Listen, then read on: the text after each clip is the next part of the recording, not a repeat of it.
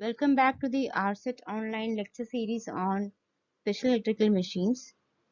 We'll continue our discussion on module 6, and in this section we'll deal with linear synchronous motor and linear reluctance motor.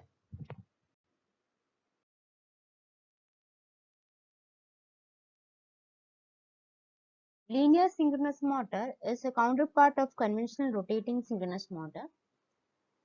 Here the mechanical motion will be in synchronous with the traveling magnetic field produced, and its speed or mechanical speed will be same as that of the speed of traveling magnetic field.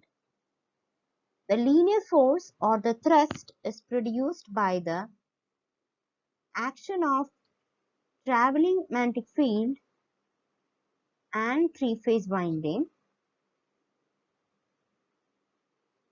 It is produced by the action of traveling magnetic field produced by three-phase winding and a group of magnetic pole, and the thrust, flux direction and the current direction will be mutually perpendicular to each other. Now, if you compare linear synchronous motor with a linear induction motor, linear synchronous motor has better energy conversion levels than that of linear induction motor, but we have to compromise with the cost, and it has higher thrust density compared to linear induction motor for the same thrust. And these are used for applications in vehicles and propulsion. These are the different types of linear synchronous motor.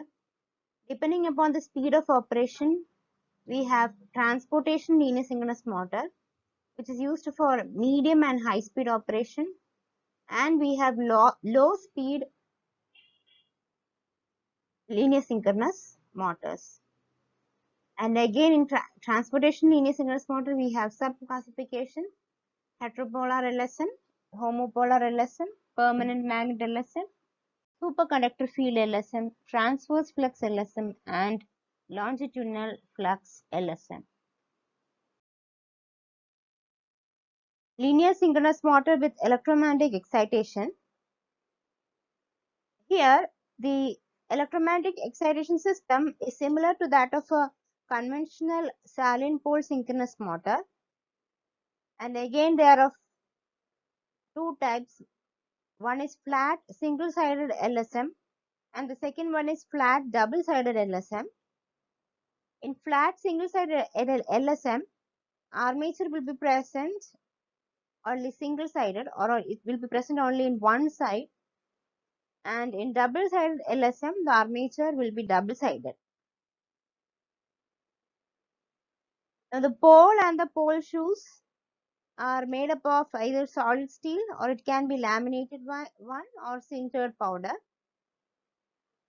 And we have to provide excitation to the field winding, which is wound on the pole. So for that we require brushes and conductors or contact bars if the field system is made moving.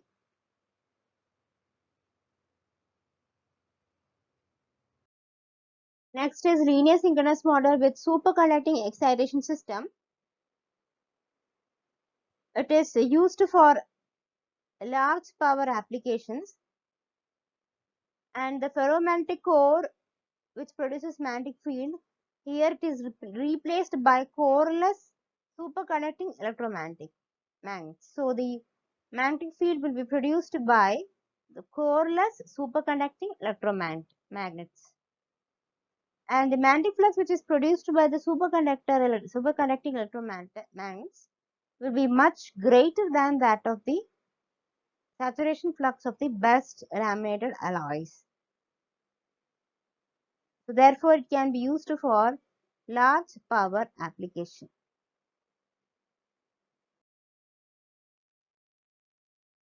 Permanent magnet linear synchronous motor with active reaction rate. We will discuss about two types of permanent magnet LSM.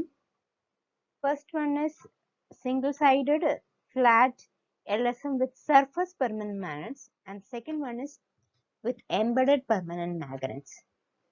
In the first type, the yoke of the permanent magnet is made up of ferromagnetic material, and the permanent magnets are magnetized in a direction perpendicular to that of the active surface. But in embedded magnet system, magnetization is done in the direction of traveling magnetic field. So that is the difference between the surface permanent magnet. In surface permanent magnet, the magnetization is done perpendicular to the direction of active surface, and in embedded permanent magnet system, the magnetization is done parallel to the direction of traveling magnetic field. Generally, the permanent magnet linear synchronous motors are provided with dampers, and the dampers, when the speed are different, electric currents will be induced in the damper circuit, and the interaction of the armature magnetic circuit and the damper current help in the time of transients like starting oscillations and bringing in synchronism when the speed is increasing or decreasing or during the transient. Now these dampers also provide protection to the permanent magnets. These are the damper bars. They provide protection to the permanent magnets from the mechanical damage. Now we have another type of permanent magnet LSM, which is slotless LSM. This doesn't have any slotted structure for housing the windings. So it has a higher efficiency in higher speed range with lower winding cost, and it has lower acoustic noise and lower thrust pulsation. So this is the comparison between slotless LSM and slotted LSM. In tubular LSM, the tubular LSM is formed by rolling a flat LSM around the axis parallel to the direction of the thrust or parallel to the direction of the traveling magnetic field. And tubular LSM can be single-sided or double-sided type. In LSM with electromagnetic excitation, with which we discussed in the previous slide, the flux produced by the primary system is in direction parallel to the direction of motion. But in transverse magnetic flux linear synchronous motor, the line of magnetic flux lines will be perpendicular to the direction of motion or direction of traveling magnetic field. So the figure A shows the constructional details of single-sided transverse magnetic flux LSM, and B shows double-sided transverse magnetic flux LSM.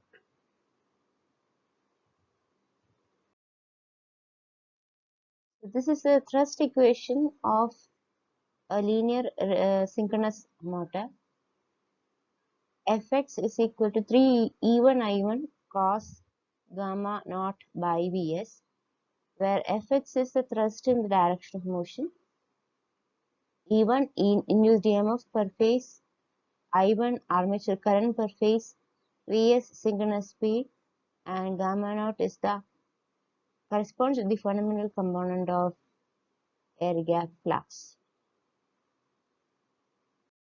Moving on to the control of linear synchronous motor.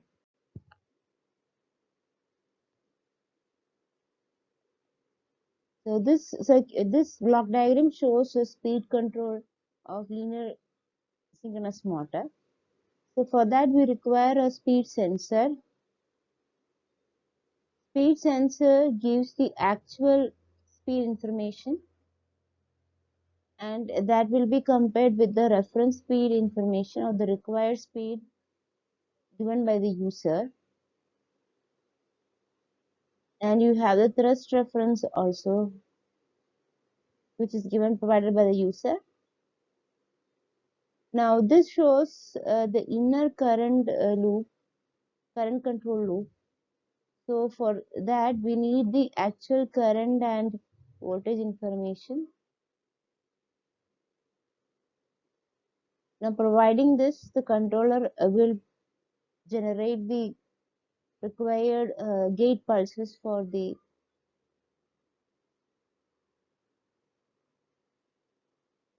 electronic converter switches of the linear synchronous motor. Now these control pulses or the gate pulses cannot be directly given to the electronic switches. We need a gate or drive circuit in between. And after that, by providing the amplification and isolation, the gating signals are given to the gate terminals of electronic converter. So this is how the control of linear synchronous motor happens. Now, a few advantages of linear synchronous motors listed out here. Since the moving parts are fewer, maintenance requirement is reduced, and the installation is made easy, and it has improved performance like high speed, acceleration, and efficiency. Very precise control is possible, and movement along any slope, including vertical position, without friction is possible. Applications of linear synchronous motor. LSM can be used for passenger elevators. Then we can use it for transportation system, maglev vehicles, then military and navy applications for shipboard elevators, automated material handling, etc. Next topic is linear reluctance motor. Linear reluctance motor is an attractive alternator to linear induction motor and synchronous motor. It's suitable for material handling and transportation of materials in a totally closed container, and its requirement for less maintenance, and the material construction cost make them very cost effective.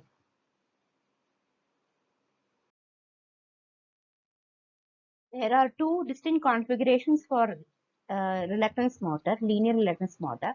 One is longitudinal flux LRM, and second one is transverse flux LRM. In longitudinal flux LRM, the flux path is in a direction of the translatory motion or the traveling wave motion. And here the machine is simpler to drive, simpler to manufacture, and it is robust and has low eddy current loss. The flux direction is same as that of, since the flux direction is same as that of translatory motion. But in transverse flux LRM, the flux path will be perpendicular to that of translatory motion, and here it has high eddy current losses. Now both the configurations are obtained by unrolling the stator and rotor of the rotary switch reluctance motor, the conventional switch reluctance motor. Now if the unrolling is done radially with radial magnetic flux path, it will be longitudinal flux LRM, and if the unrolling is done with axial magnetic flux path, we'll get a transverse flux LRM. Figure A shows the longitudinal magnetic flux path configuration. translator is the moving part and stator is the stationary part. And figure B shows the transverse magnetic flux path configuration.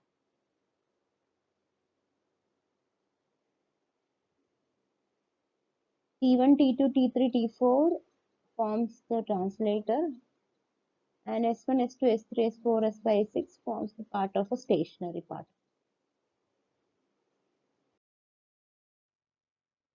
Now we'll see in detail about the long-term flux LRM.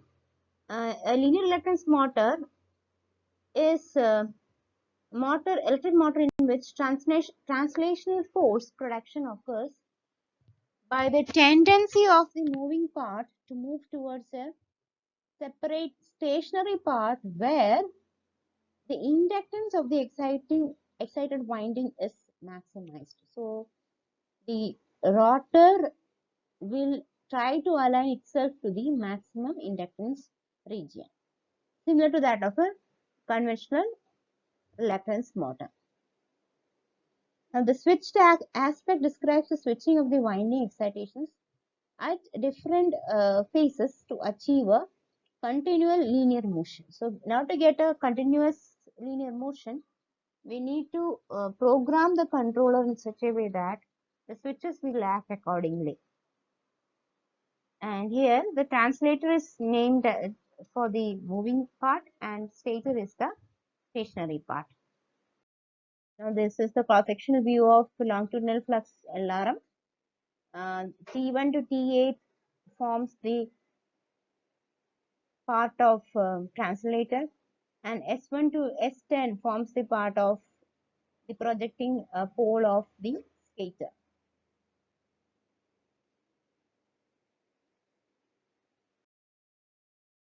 Now poles T1 and T5 represent the first phase, which is named as phase A. T2 and T6 form the second phase, and T3 and T7 forms the third phase, phase C, and T4 and T8 forms the fourth phase, phase D. Now, if we energize a particular phase, say for example, phase A is switched on by applying the gating signals to the converter switch, the generated fluxes become additive and form a complete flux loop. Now, the translator poles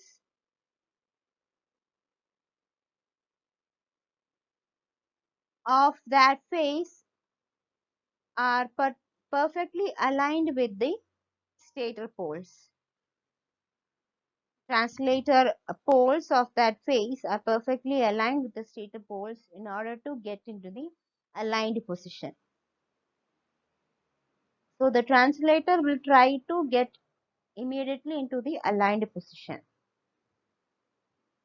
Now here the stator poles of phase A, T1, the translator poles of phase A, T1 and T5 are fully aligned with the stator poles S1 and S4.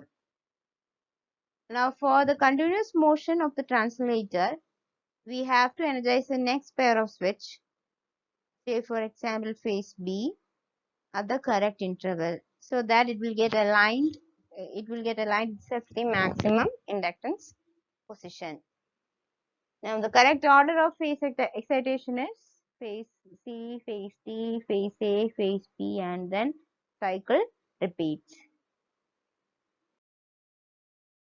The figure shows the inductance profile and primary current of the longitudinal flux linear reluctance motor.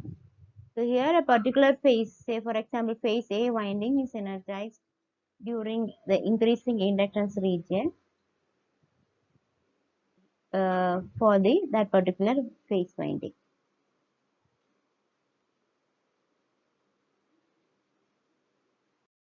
Now for transverse flux LRM, we have two types. One is single phase LRM with U-shaped primary core and single phase LRM with E-shaped primary core. Single phase LRM with U-shaped primary core. Here also we have a primary part and a secondary part, and the primary has windings which can be energized with either AC or DC supply. And now this current will produce magnetic flux in a perpendicular direction to the direction of motion, and that's why it's known as transverse flux motor. And as a result, a linear force Fx and a normal force Fn will be created. So this is the linear force Fx and a normal force in a direction perpendicular to it. Now linear force Fx is given by half I square dl by dx, where I is the current flowing through the winding and L is the inductance and dl by dx is the inductance gradient.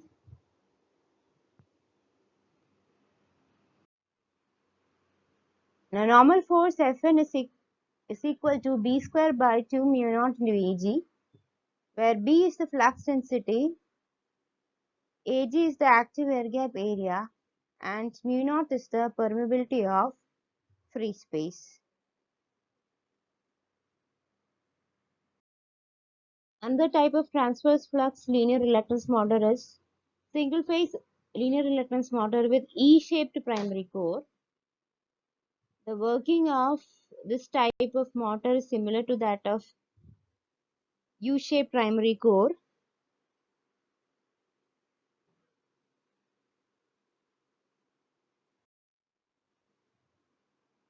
Here the primary winding is wound on an E-shaped core and it is energized with current which produces the flux.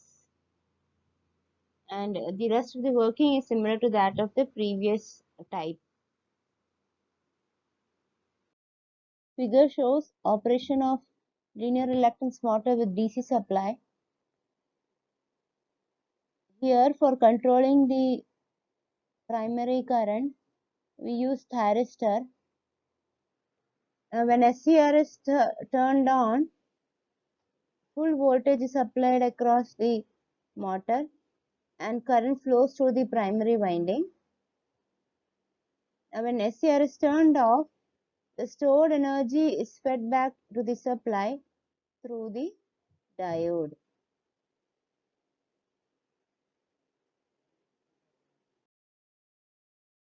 Next, we will see the operation of linear reluctance motor with AC supply. Operation is based on the resonance principle. Now, for this, for getting resonance, we need to connect a capacitor in series with the winding. The capacitor is connected in series with the linear reluctance motor. And by selecting proper value of capacitance, the circuit will undergo series resonance at a particular value of inductance. And that inductance depends upon the position. Now this results in high current and production of linear force. These are the references for preparing the lecture.